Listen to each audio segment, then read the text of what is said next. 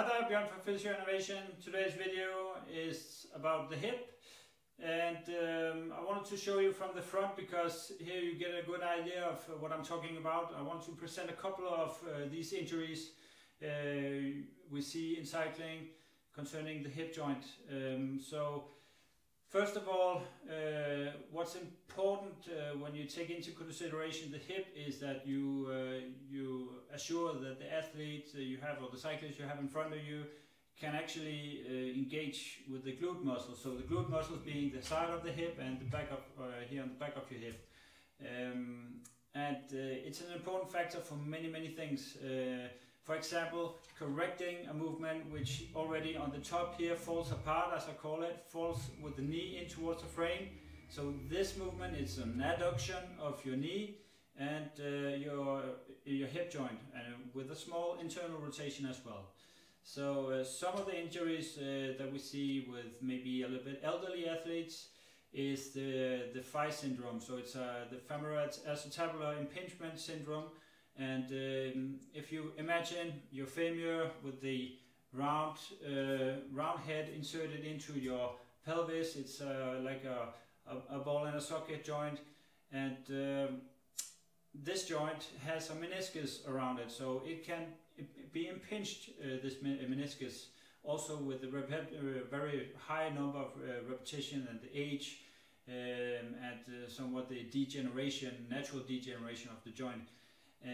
So what I would try to do with these type of symptoms is to alleviate it by first of all raising the front part of the bike and train the cyclist to somewhat still be able to hide himself or herself in the wind.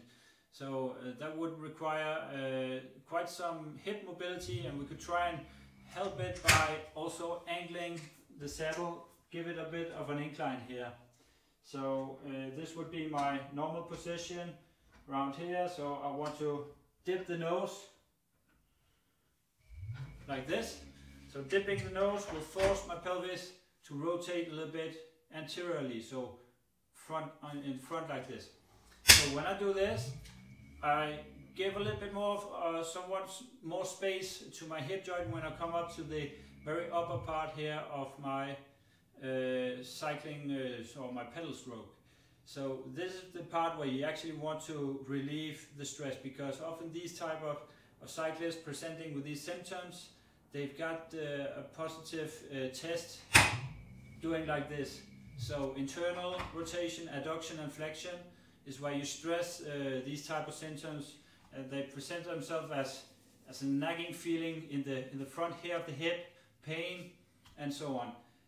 So you want to get away from these positions that stresses it, and you can do it by, for example, angling the saddle. You can do it by lifting the front part here of your bike. You could do it by putting washers into between your pedal and your crank, so you get a little bit more of an abduction of your whole leg, and you increase what we call the Q factor. The Q factor being measured here from the hips. Okay, so washers in, and you can even play around with the sideways movement of the cleats, so you get some more air and you get a little bit more away from that impingement that occurs up in the very top part of the pedaling, the pedal stroke. So that's one injury that could be helped in terms of bike fitting.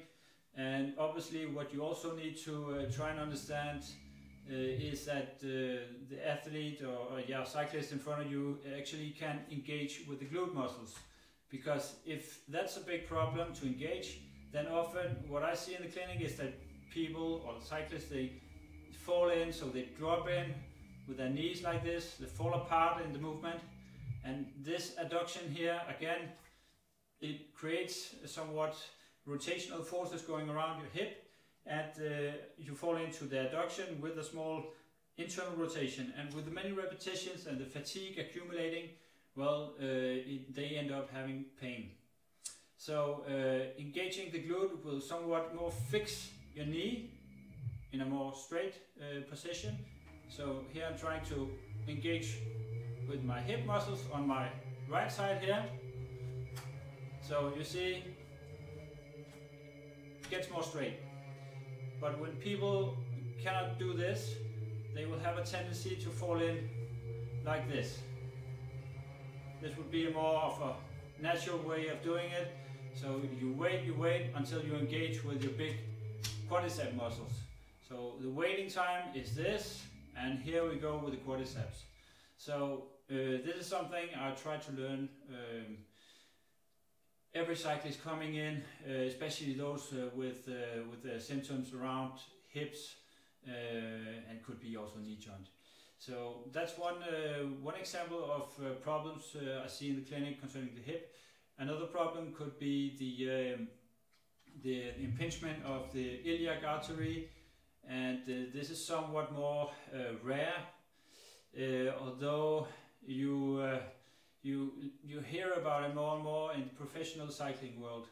And again, it could be related to the more we say pushed positions in terms of aerodynamics, and also the very high volume of training and the intensity training. Could be also the add-on of very high gears, so to work a lot of in power whilst you are in a very aerodynamic position.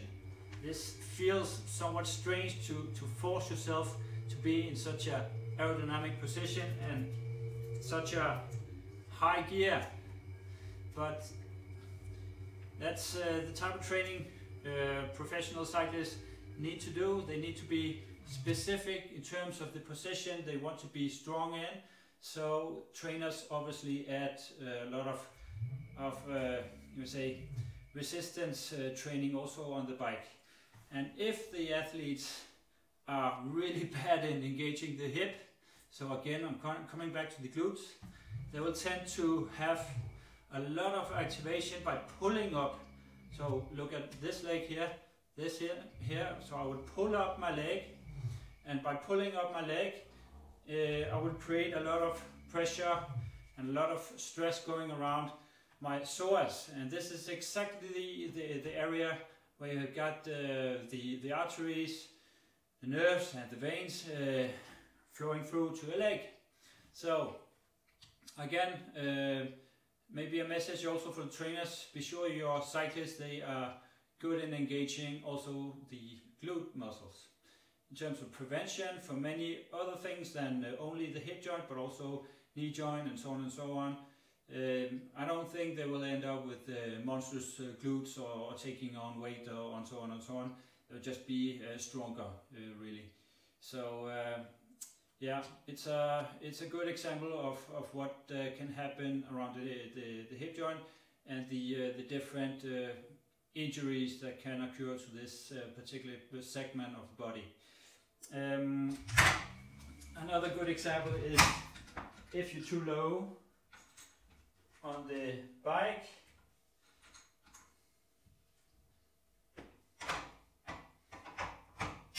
sometimes I see this as well. Cyclists coming in a too low position, what they will tend to do is they would go out with their knees here. So they do this to kind of avoid the pinching around their hips. But this will create problems, further problems going down towards your knee as well, and obviously stress your knee in this movement. So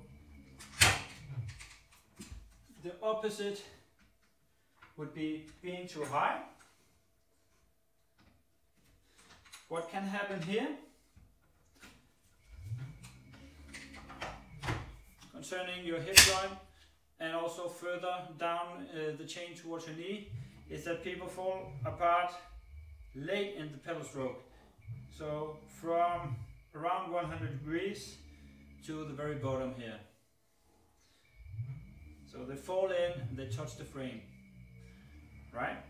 So this is one problem as well by being too high, and it's often this movement, so they cannot control the hip in the very last phase where you got a lot of leverage. Obviously your leg is stretched out, and then you kind of lose control in the bottom phase here of the stroke.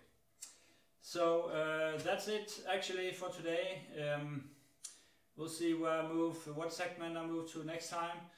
A pleasure. Hope you